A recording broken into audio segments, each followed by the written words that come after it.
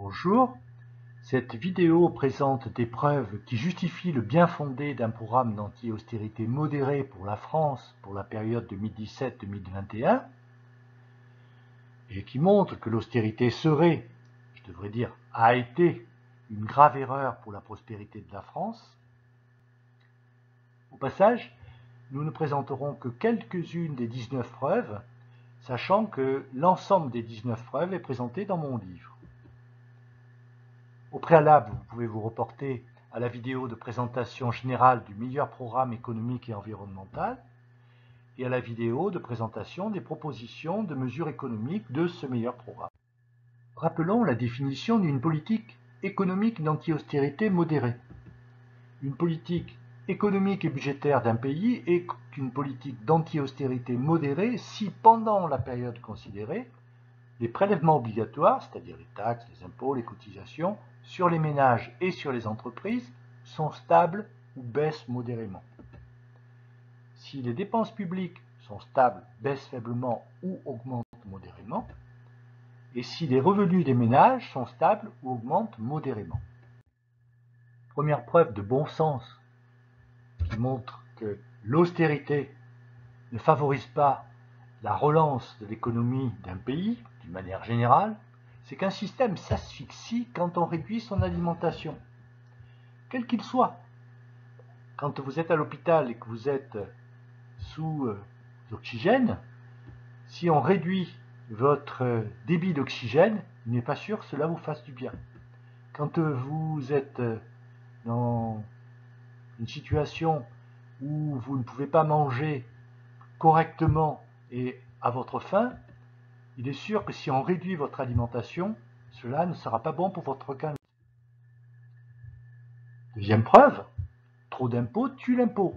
Courbe de l'affaire qui est souvent citée et que, rappelons-le, le président Reagan avait mis en œuvre en ce sens où il avait réduit les impôts afin de relancer l'économie des États-Unis.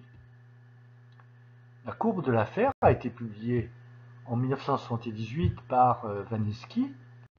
Un rappel sur la courbe de l'affaire, à savoir que si nous représentons ici en abscisse le taux d'imposition et en ordonnée les recettes fiscales, cette courbe montre que, au-delà d'un certain seuil de taux d'imposition, ici T étoile, quand l'on augmente le taux d'imposition, les recettes fiscales baissent.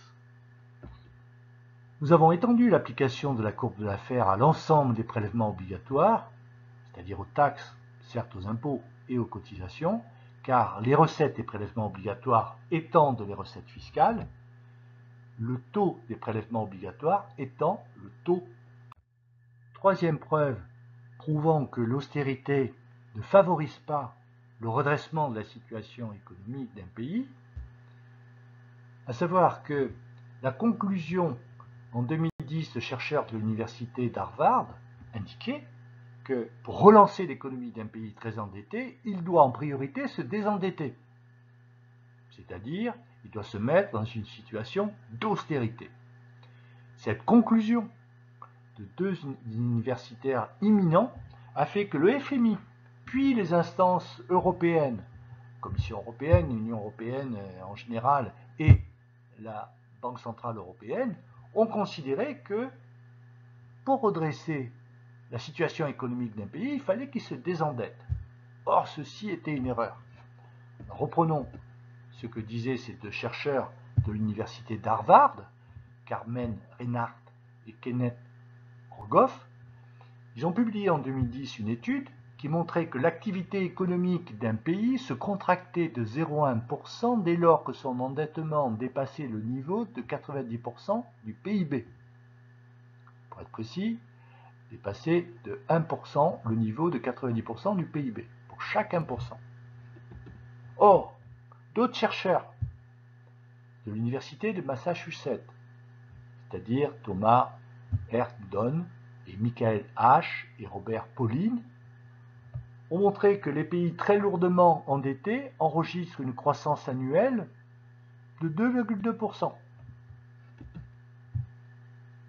Carmen Reinhardt et Kenneth Rogoff ont reconnu leur erreur.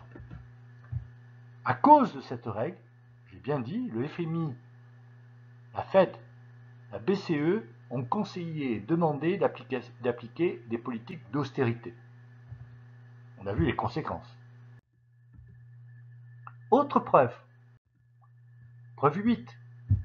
Des baisses des prélèvements obligatoires sur les ménages et les entreprises ont permis de redresser les situations économiques de nombreux pays.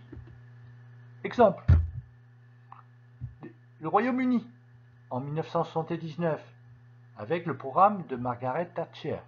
Certes, je ne veux pas parler ici du programme social, je ne parle que de la baisse, de l'effet de la baisse des prélèvements obligatoires.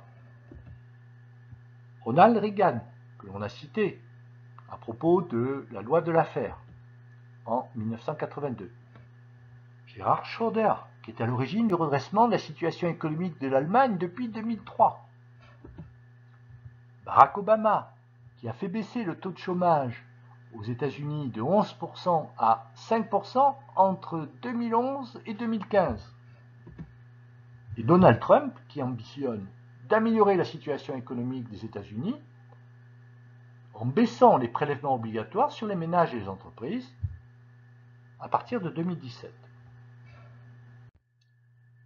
D'autres preuves.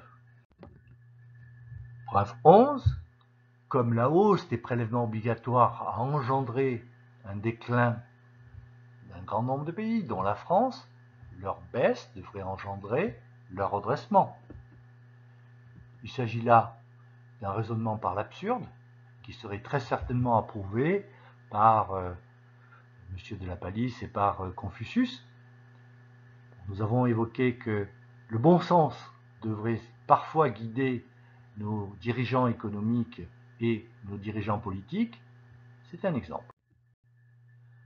L'ensemble des 19 preuves est présenté dans le tome 1 de mon livre. Je vous remercie pour votre attention.